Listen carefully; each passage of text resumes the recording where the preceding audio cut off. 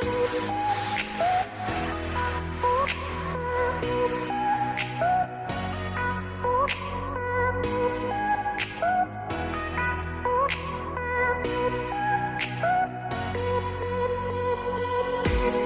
back to another episode of the Purpose Babe Show. I'm your host, Corie Clark. Thanks so much for tuning in. I have super exciting news. If you are listening to this episode before May 6th, before midnight, May 6th, 2021, then right now, the doors to Stu McLaren's Tribe 2021 experience are open. And like I've said before, this is the best program if you are trying to launch a membership or want to launch a membership.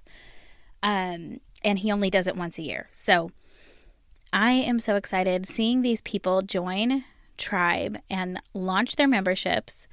And even one of our very own Purpose Babes, Nancy, she just launched a brand new membership, her second membership. She already has a founding member, and I just love seeing people succeed and grow their dreams and create more impact and bring in that recurring revenue. And so I'm really passionate about this because I think, especially after the last year of craziness we all had, I am so passionate about seeing people create their own income sources and not rely on someone else. So right now, doors are open. I've got some awesome bonuses. If you sign up if you go to CorieClark.com/tribe, that's my personal affiliate link. And I do make a commission on it.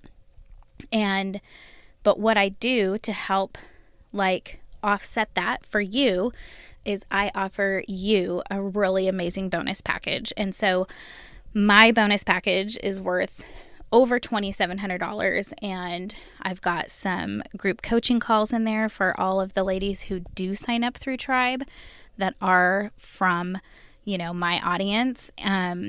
We're going to do some coaching calls together to help me for me to help you answer your questions as you go through Tribe, because like I said, there are thousands of people going through it, and all of the tools and resources and help that Stu offers is above and beyond. But this will give you a little bit more intimate group coaching call and my eyes on your business and your membership and help walk you through your founding member launch. So go to CorieClark.com/tribe.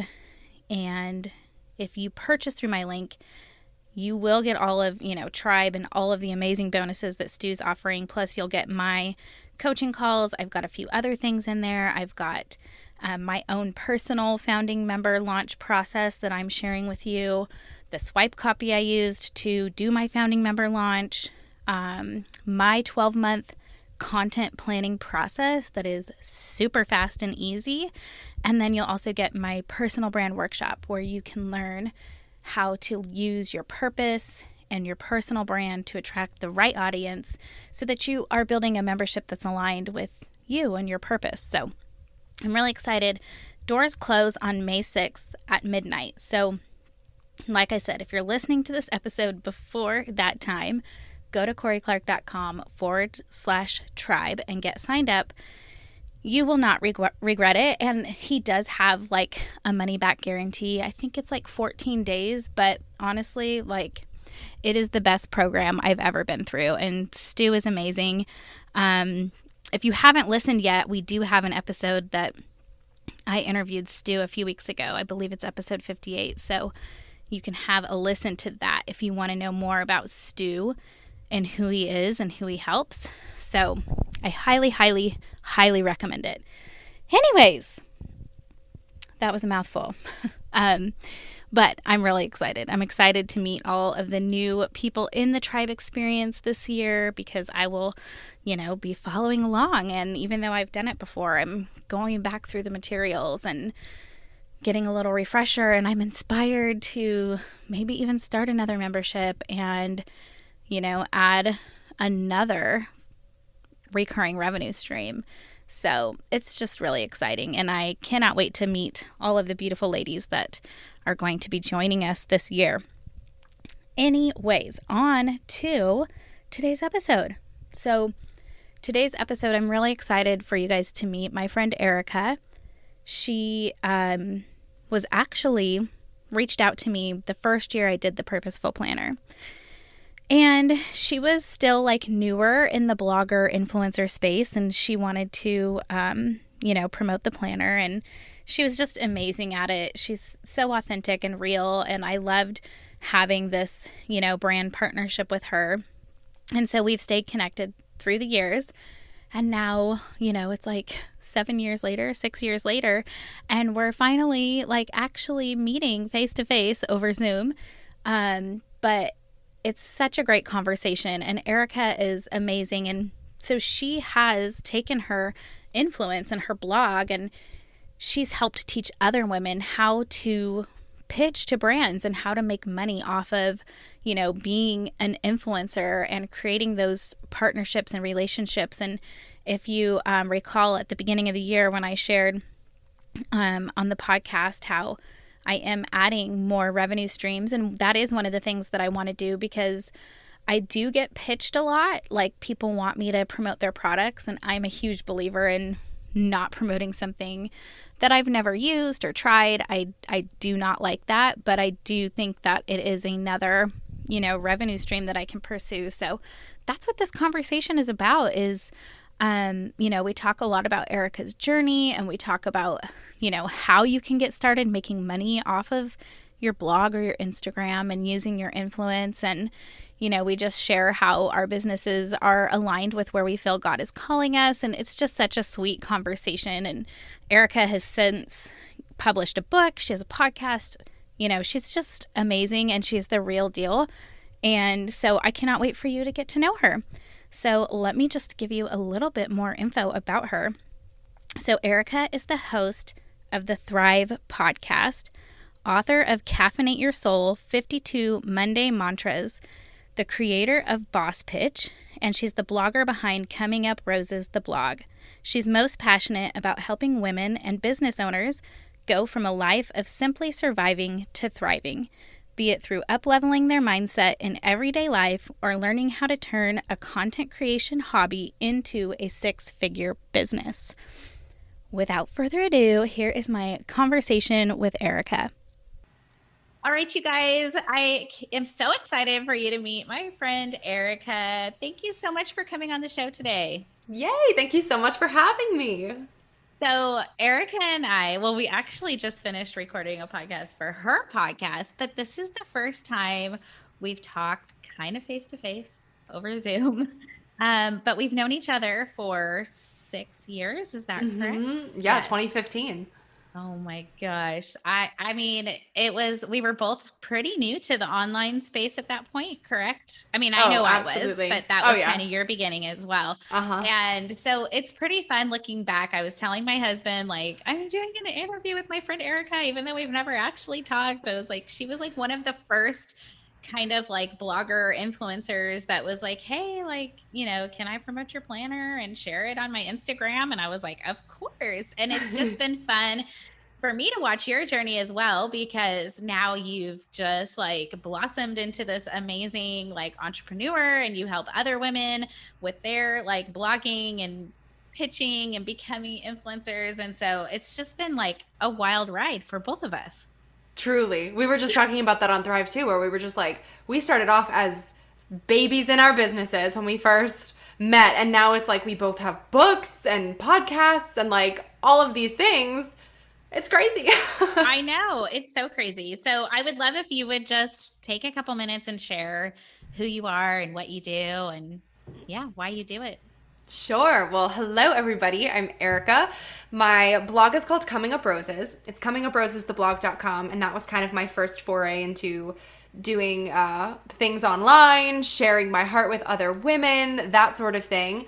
And that really started as an inspirational hub and just my creative outlet. I was in college at the time when I started it, and I just was really craving ownership of something creative that could take my mind off of academia and all of that, but then also a place where I could really connect with other people, because the idea of having my own website that like anybody could read and I could just put positive messages out there, and people like blogs were kind of still new at the time. So this was a crazy cool concept to me.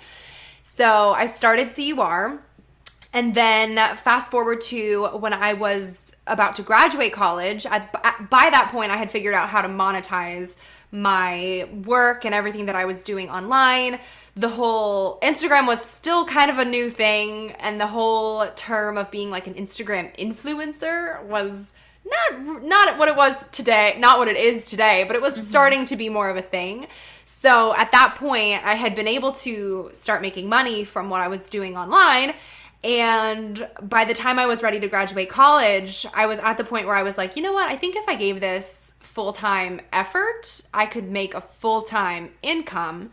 So my husband, then fiance, was gracious enough to be like, yep, go for it. Like, I trust you've got this. And so I did. And then I ended up making a full-time income from it, and wanted to then help other people do the same. Because when I was doing that and going through that process, there were really no resources online for how to make money on the internet. Like, this was a very hush-hush kind of thing.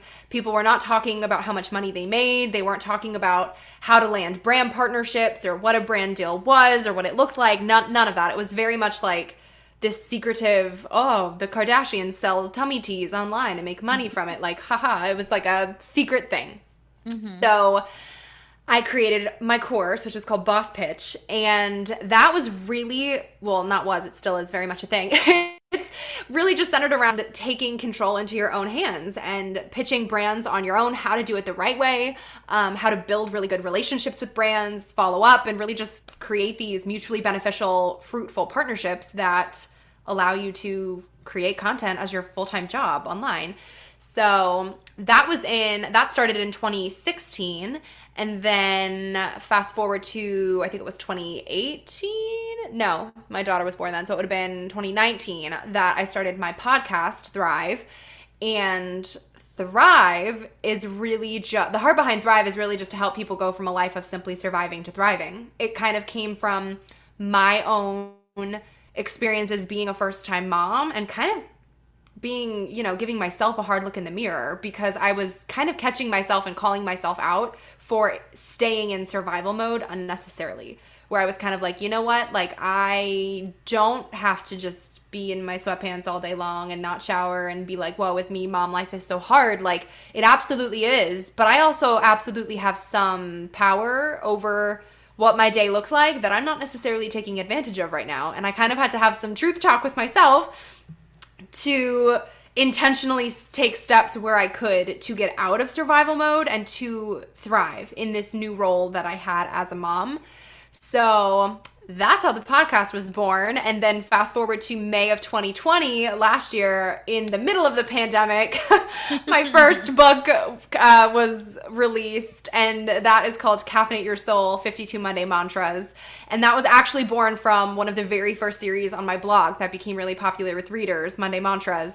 And it is really just a year's worth of what I like to call sip-sized encouragement for making your Mondays more manageable and meaningful. So it's kind of like the mix between a self-help book and a daily devotional and a coffee table book. And if they all had a baby, it would be Caffeinate Your Soul.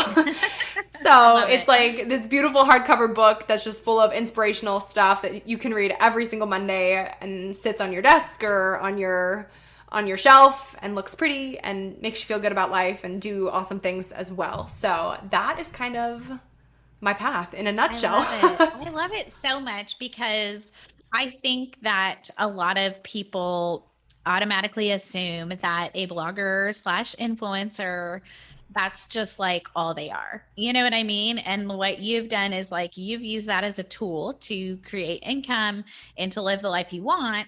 And you get to also do this, thrive in your book, where you are inspiring other women to do the same thing, to live like, to thrive in their life and to be encouraged and motivated. And so I love that. And I'm so excited that I get to highlight you in this format, because, I see people online making fun of influencers, and I get it, and I know you get it too, because Yeah. there are influencers out there that are literally, not necessarily doing it the right way. And they really are only doing it to try to make money and promoting products that they actually don't even love.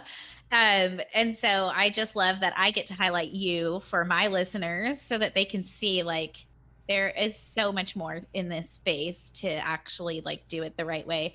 So let's go back to, let's talk about BossPitch first. Okay. I do want to talk about a few things. So, but I do want to talk about BossPitch, because let's say I do have a lot of listeners who are like, new in the entrepreneur space, or, just starting their online business. And I do think that it's a way that no matter what business you're in, you can use this as a way to, add revenue to your business. So what would you say to the person who's new and who's actually never even considered it? Like, where they're like, oh wait, I could do this. Like, what is something they can do to start?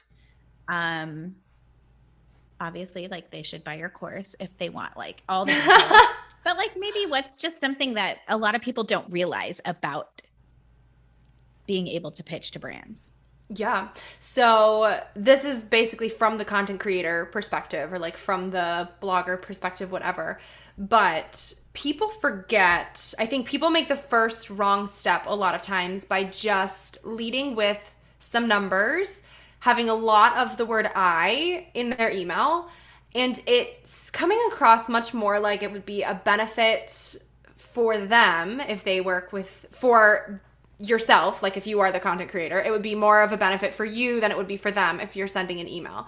In the sense of, I've seen so many pitches where people will say, hi, like, I'm so-and-so, I have 10,000 followers, I write about fashion and beauty, and I live in New York, and I would like to work with your brand, and I think it would be a good idea, thank you, goodbye. Like, and I read things like that, and I'm like, okay, well, first of all, there's way too many eyes. Like, it's not all about you. First and foremost, you have to get into your head that you are trying to create a mutually beneficial business relationship. This is not about a brand doing you a favor. This is not about you being like all pish posh fancy for a brand. This is really about figuring out what brands would actually be good fits for your audience. So you're an influencer for a reason. You have people following you for a reason. There's responsibility that comes with that. So if you're, what brands would actually make sense for you to authentically share with them so that they are influenced to then purchase the brand. So there's like a connection that's trying to be made there between who is following you in your audience and who the target audience for the brand is. So instead of leading with how many followers you have on Instagram, or like random fun facts about you, which might be fun, but like at the end of the day don't really matter for the brand, it's much better to create a sense of, listen, I know that you are creating this awesome product for this audience. Like, I know you've got, millennial women who are from the suburbs, and that's who you're selling your product to. Guess what? Look at my audience demographics. I have a bunch of millennial suburban women following me. Like, this would be a really good connection to be made. Like, here's what I can create for you. And setting the stage as a partnership instead of as someone doing the other person a favor. Because I think a lot of times that's where I see the biggest disconnect happening, is a brand reaching out to a person and saying, I'll send you a product, here's all of the work I want you to do because this would be super beneficial for me. And like, that's not cool.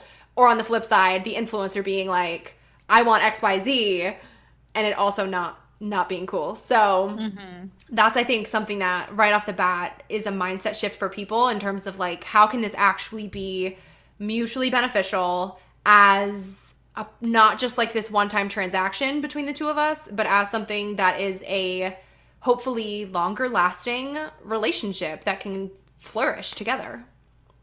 I love that. I love that, because I have been pitched to a lot, and like, for people, they just want the planner, like, I have 5,000 followers, will you send me a planner? Like, I no, like, you need to tell me like more, like, I need to know who you are and why do you need the planner, and who's this going to help? Like, I'm all about sending people product and, but like you said, it is a relationship. It's a partnership. Like you are helping each other to some extent. So I've definitely seen like a wide range of pitches and stuff. I've never actually personally pitched a brand for something because I've never, had that as part of my business model, but it is actually something that I want to do more of. And it has to be super intentional though. It has to be, the product has to have some sort of purpose like that for my life and for my audience and not just like, something random. So anyways, it is something that I am learning more about to add that in as like another revenue stream this year. But when you started, like, do you remember like going way back? Like, do you remember what your first brand deal was? Or I do. Like, okay, what was it? Or if Well, you don't I'll want to say, share, you don't have to. Oh, but. I can totally share. I don't remember the first time I ever received product because I'm sure when I first started, there was a lot more of like product as compensation, and that's a whole other can of worms. Yeah. But I remember my first like brand deal, I got a dress and $50 and I thought I had hit the lottery. I was like, oh my gosh, I just got paid to wear a dress. Like, this is so cool. So, yeah, that I remember that was cool. Oh, it totally is. It totally is. It's just funny looking back now because that like $50 in a dress won't pay rent nowadays. So it's like things obviously have grown since then, but I just remember the excitement in that moment of like someone saying yes to me and thinking that I was worth them investing their money in to help share their product. And I was like, this is the coolest thing ever. So yeah, I remember that was the very first one. Yeah. Yeah. And is that kind of what led to like, oh, wait, there's actually money to be made here too, and not just free product? Oh yeah. It definitely, I think, opened Pandora's box for me in terms of taking it more seriously and taking myself more seriously. Because I think when people are just accepting product, it's not like you're not necessarily in the mindset of treating it like a business for yourself. Because you're just in this mindset of like, what free stuff do I want? Sure, I'll do whatever to get it. And it's not you're not taking yourself as seriously as you would if you were like, these are my services and this is the cost associated with these services. And you're kind of having like an actual business then. So I think it's when people are like, yeah, sure, send me this and I'll wear it on Instagram. It has much more of a casual, relaxed, unofficial, maybe unprofessional sort of feel to it. Whereas if it's like, no, here's the contract. This is the timeline of what we're creating together. These are the deliverables that we're creating together. Here's what usage rights you have to it. Is there exclusivity involved? Like all of these different things where it's like, oh baby, no, this is like an actual business deal now. The same way that a business would be hiring freelancers to, freelance photograph things for for a magazine or like things like that. It's the same. It just elevates your mindset when you're doing it for yourself that way. So yeah, it was the starting off point. That's for sure. Wow, that's so awesome. So now for someone who's listening and is like, wow, like I actually I want to pursue this as a business. And you don't have to share like what you personally have gotten, and I know you help people with this. So like if someone was like, hey, I'm going to make this my full-time job.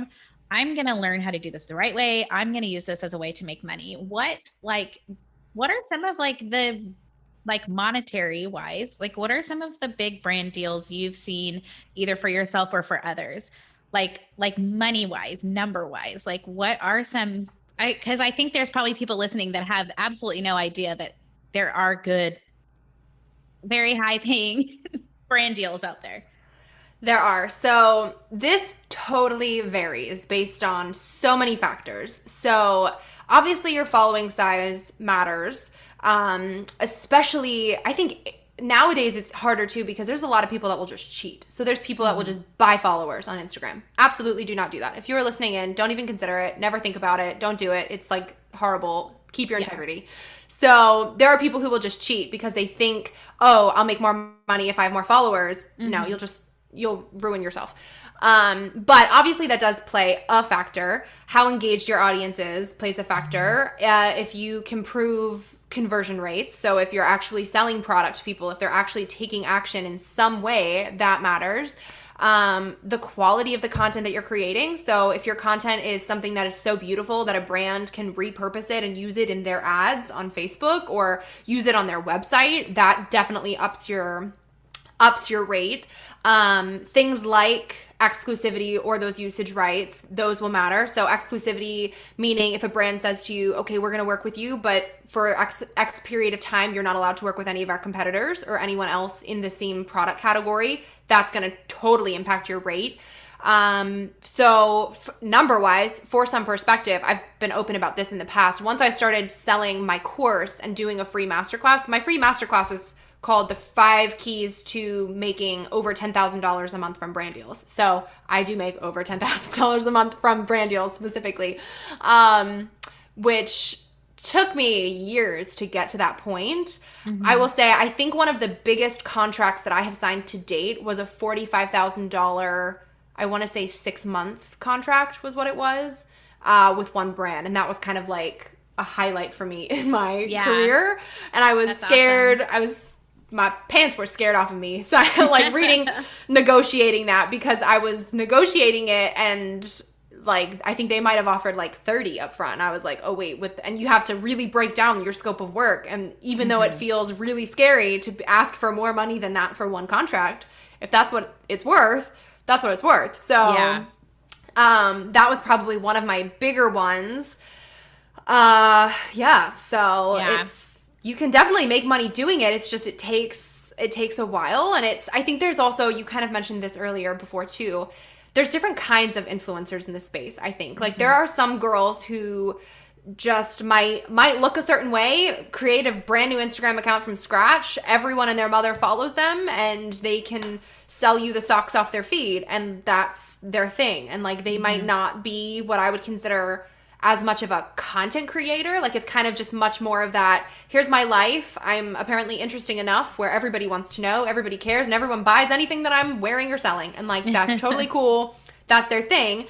And then I've seen people who are more of like that content creator where it's, I think has more of a creative feel to it. It's not as much of a snapshots of daily life, but it's kind of more editorial or a certain aesthetic where brands might be hiring them more so for that for creating things for them to use and for them to repurpose. And then there's kind of people who are a merge of the two. Like I kind of feel like I sort of fall more so in that because like my photographer and I, we love doing more editorial stuff and my background is in marketing and brand strategy. So I'm very intentional with any ad that I'm creating in that sense. And I'm not just like here's my thing that I'm selling, like hold up selfie kind of thing. Yeah. But then I'm also sharing very much my everyday life too, and kind of am weirdly between the two. So, I think another key too is it's like, I did not start everything that I was doing with the intention of it being a moneymaker at all, let alone my full-time job. And I think that was an indicator of the times because it was not a thing back when I started. Like I started with a mission in mind and I started because I loved creating and because I loved connecting and it was not at all driven by dollar signs. And I think nowadays it's like we live in this world of the Kardashian influencer where everyone and their mother is like, ooh, this sounds great. Sign me up. I will sell you anything if I get paid to talk about it. And it's kind of hurt the integrity of the industry a bit, I think. So I think it's really important for people to know that it is not a get-rich-quick scheme. And it is not something where you're just going to like turn around and all of a sudden have all of these followers and all of these dollars and this like crazy thing. It's like you're working for free a lot of times especially when you're first starting out and really having to build your rapport, build your content, build your audience, build your relationships with brands before anyone's willing to be like, yeah, sure, let me give you a check as well. Yeah. So yeah. I love that too, that you brought up, because I know we talked about this a little bit in our previous conversation, but kind of about the starting of, you didn't start when you started your blog, it wasn't for the intention of becoming this influencer and making money, making brand deals. So how do you keep that, like your purpose and why you started it? How do you keep that like the center while you also are building this, business, and you're trying to make money, but you're also keeping like the main thing. Great question. I think for me, it comes down to a couple of things. One, my closest friends and family know this about me, so I think they're also really good at calling me out if I'm ranting or super stressed or something about how some brand deal did or did not pan out, or like what's happening or not happening in my inbox. They kind of, my husband especially, is really good at being like, okay, but like remember why you started. And I think that's something, I take that always with a grain of salt, because when something does go from being your hobby to your business, you do have to be wise with your business decisions. And it unfortunately is no longer as simple as, well, if I just inspired one person today, that's enough. Because at the end of the day, you do have to keep the lights on, so to speak. So it's kind of finding that balance there. But for me, if I'm experiencing slowness with on the money side, I like to kind of take a step back and be like, all right, God is probably trying to use this to recenter me in some way. And I try to kind of flip that and dive deeper into why I started in the first place. So if I'm seeing a slow inbox, I'm like, all right, you know what I have to do? I have to go connect with my girls more. And I have to drum up more engagement with them and reconnect with them. And sometimes just like spending an hour or two in your DMs and like really fostering your relationships with your audience in the first place, sometimes that's enough to just like make you feel better about what you can't control on the other side anyway. So I like, that's always something that kind of brings me back to center, because if someone messaged me and they were like, wow, I read this post that you did and it like changed my life, or it really inspired me, yada, yada, yada. Sometimes that post isn't even something that a brand could be involved in the first place. Like it's always important for me to have that balance in my content where it's never, it might be like 10% sponsored, if that. Like it's so much of what I'm creating can't even be sponsored by a brand. It's just me sharing my heart with people, sharing encouragement, sharing inspirational stuff. So making sure that I am constantly having that on my calendar too, and giving it space on my calendar before anything sponsored even comes in is really key, because I'm like, there will never be a day where a sponsored thing takes the place of something that is just as important and valuable, if not more valuable, to my readers.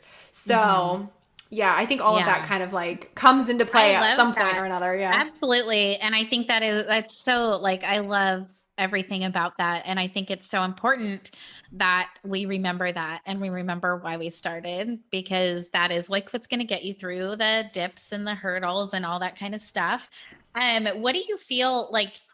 Did you feel like you had a moment where you were like, yeah, this is what like God's calling me to do?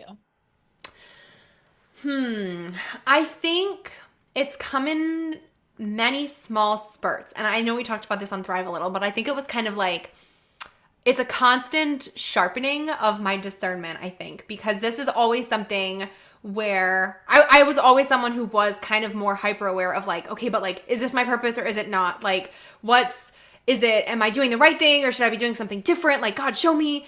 And I've talked to so many spiritual mentors about this. And so often it's literally just like, no, if exactly what we talked about on Thrive and what you said, where it's kind of like, no, if you're living in the general theme of it, there's different space to play within that. And God's not going to be like, oh, you should have written that book 3 years ago instead of now, or like whatever. Like it doesn't work that way.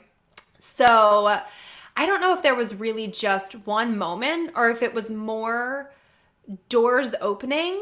And I think it's almost more so come from the drier periods of brand deals or things. Because in those moments, like maybe if it's a hard month or like COVID, oh my goodness, when the industry was really hit harder, where I might be like, all right, I'm struggling, like, and I'm guilty of sometimes giving God ultimatums. So sometimes I'll be like, all right, God, like, if you're not giving me brand deals here, this means it's time for me to quit. Like, this means I need to get a day job. This means, like, I can't do this anymore.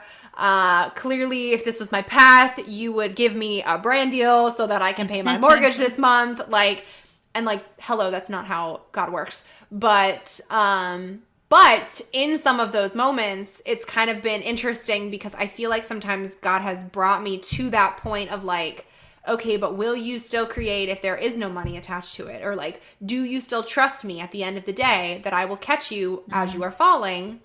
And getting to that point of like, desperation, and then something will come through in the final hour where you're like, all right, like I got it. I'll Like, keep going. right. But it's kind of like in a position of not being so comfortable where you forget that like you do need to trust God and continually rely on Jesus, if that makes sense.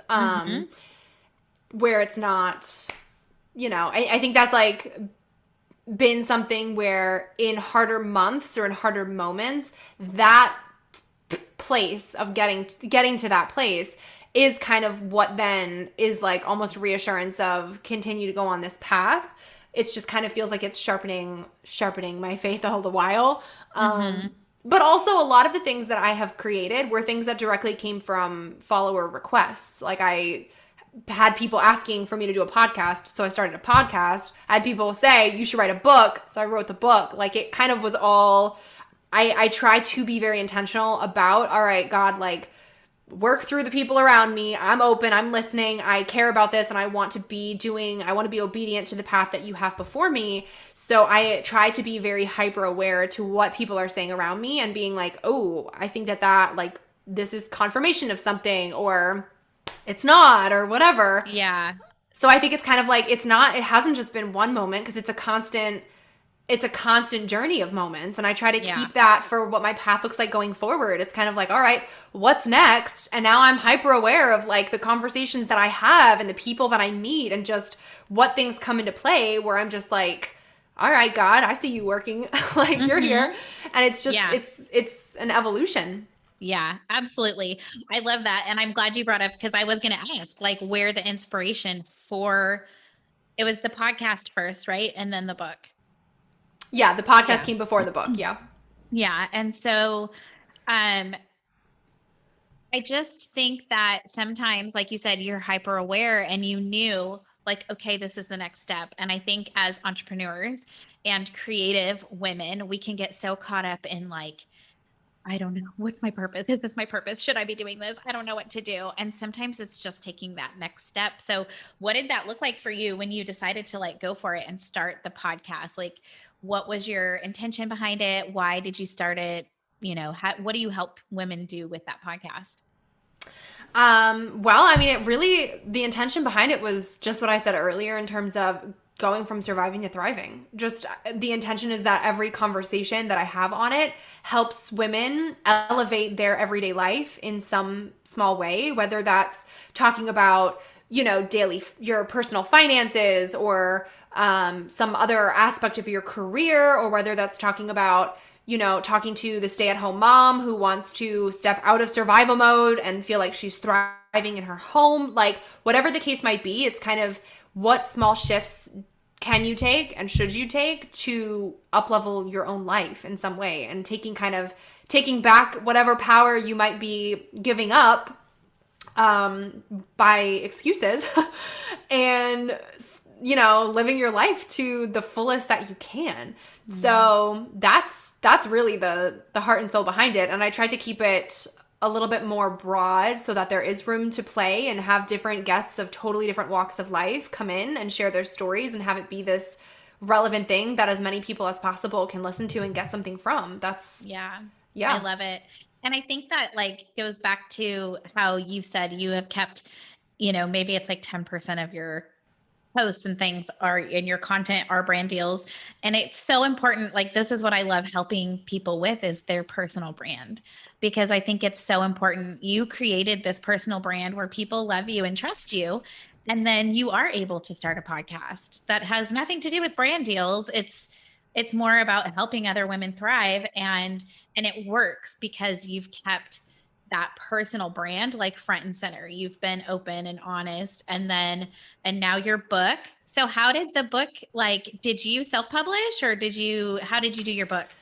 Through a hybrid publisher. Okay. Actually. So it was, a lot of the content inside was inspired from the series on my blog that I mentioned. So when I was on the phone with this publisher in particular, they really liked that. And they were able to see content on my blog and kind of get an idea of what this would look like. And so they took me on, and it was kind of it was kind of what had to happen for this book to come to life, given the nature of the book, because in a traditional publishing firm, I likely would have had to give up creative rights, a lot of them. And seeing as a lot of this content originated on my website, I couldn't just be like, yeah, edit it however you want, like change. Yeah. Because I'm like, my original voice is on my website and it is very clear. So it was something where I needed to retain full creative control, power, all of that.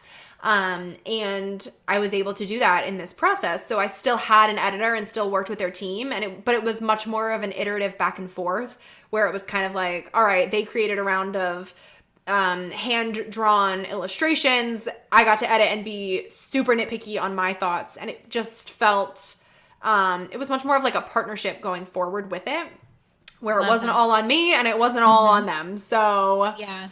It worked. That's awesome. That's awesome. Good for you. It's scary, right? Putting your stuff out there and like being like, okay, I hope people buy this. Like, I hope people like it.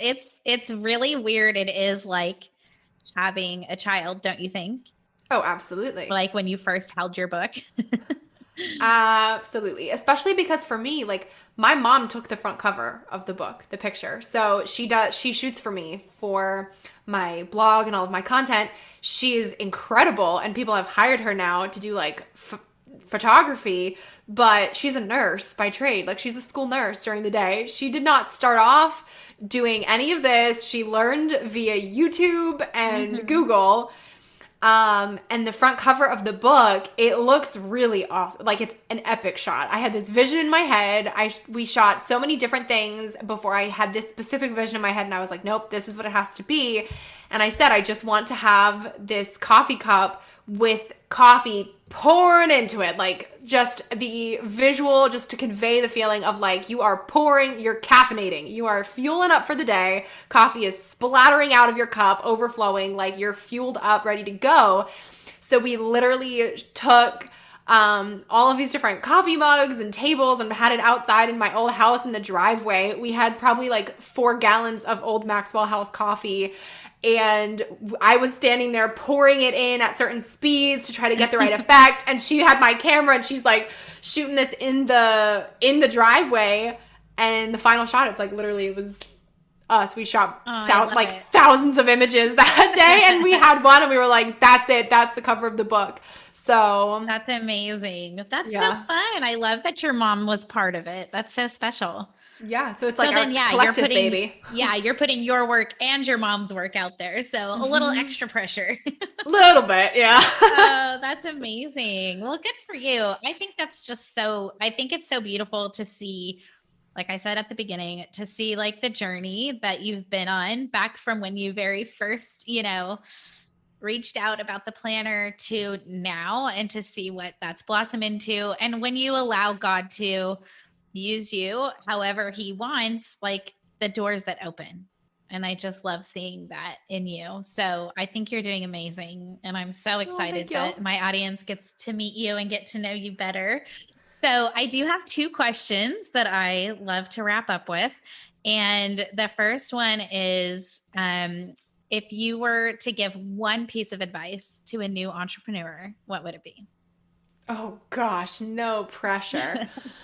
I mean, I know you have a million pieces, but like, what's that one thing that you're like, every entrepreneur needs to know this? Let's see.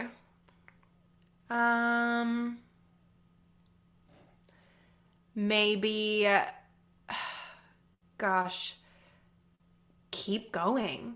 Like as cliche as that probably sounds, I think that's, thinking back, like that's just such a theme that has come up for myself and for so many other friends of mine who are also entrepreneurs, because we all expect, or I shouldn't say we all expect, a lot of times I think thanks to things like Instagram, we might expect there to be a very linear journey or this like skyrocket to overnight success, or something where you just create something and automatically everybody loves it and it has all the likes and shares and customers and it's like fantastic. And it's so much more of a roller coaster ride than that. And you have to keep going through the valleys if you want to get to the mountaintop that's next. Absolutely. So just keep going, regardless of if you're making the money or not, and regardless of if you're well, I shouldn't say regardless, like be smart with your finances, of course, but don't let one thing be like the complete deterrent that makes you give up on your dream. Like just keep going, keep trying, keep Googling, and keep figuring it out. Yeah, I love that. That is great advice, and it's so true. Okay, last question is, what does living on purpose mean to you? Oh, I figured there'd be something like this based on my question to you. Super similar to thriving. Like living on purpose to me means just identifying and owning the decisions in your life that are in your control and then making them confidently.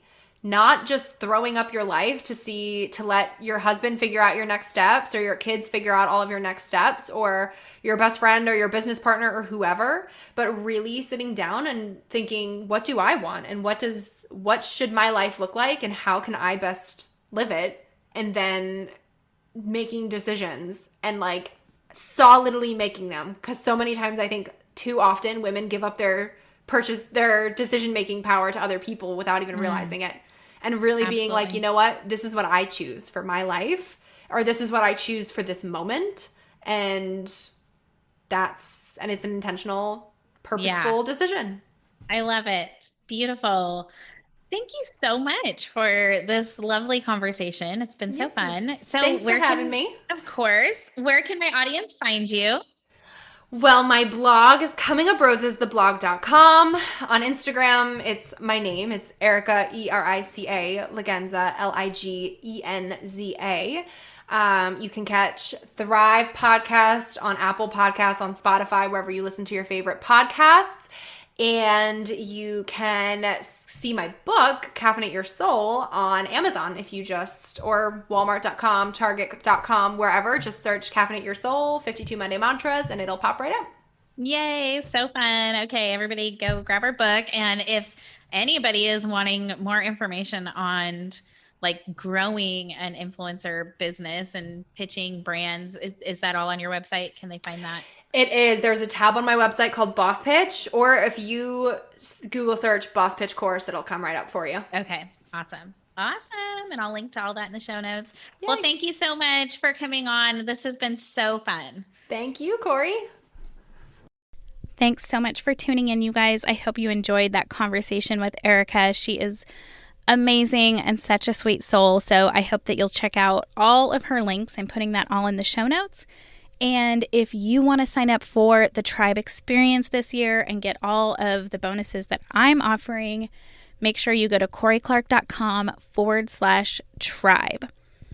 All right, you guys, have an amazing week. And if you have not done so yet, I would love if you would subscribe, rate, and leave a review for the Purpose Babe Show on Apple Podcasts. I just really, truly appreciate that. And if you would drop your Instagram handle in your review, I will make sure to come check you out and say hello. So I just love connecting with my listeners on Instagram. It's my favorite place to connect with people. I'm the one answering my DMs. So just let me know if you've listened to the show and if you've enjoyed it and what you love about it. And I cannot wait to meet you over on Instagram. All right, you guys, I will see you back here next week on the Purpose Babe Show.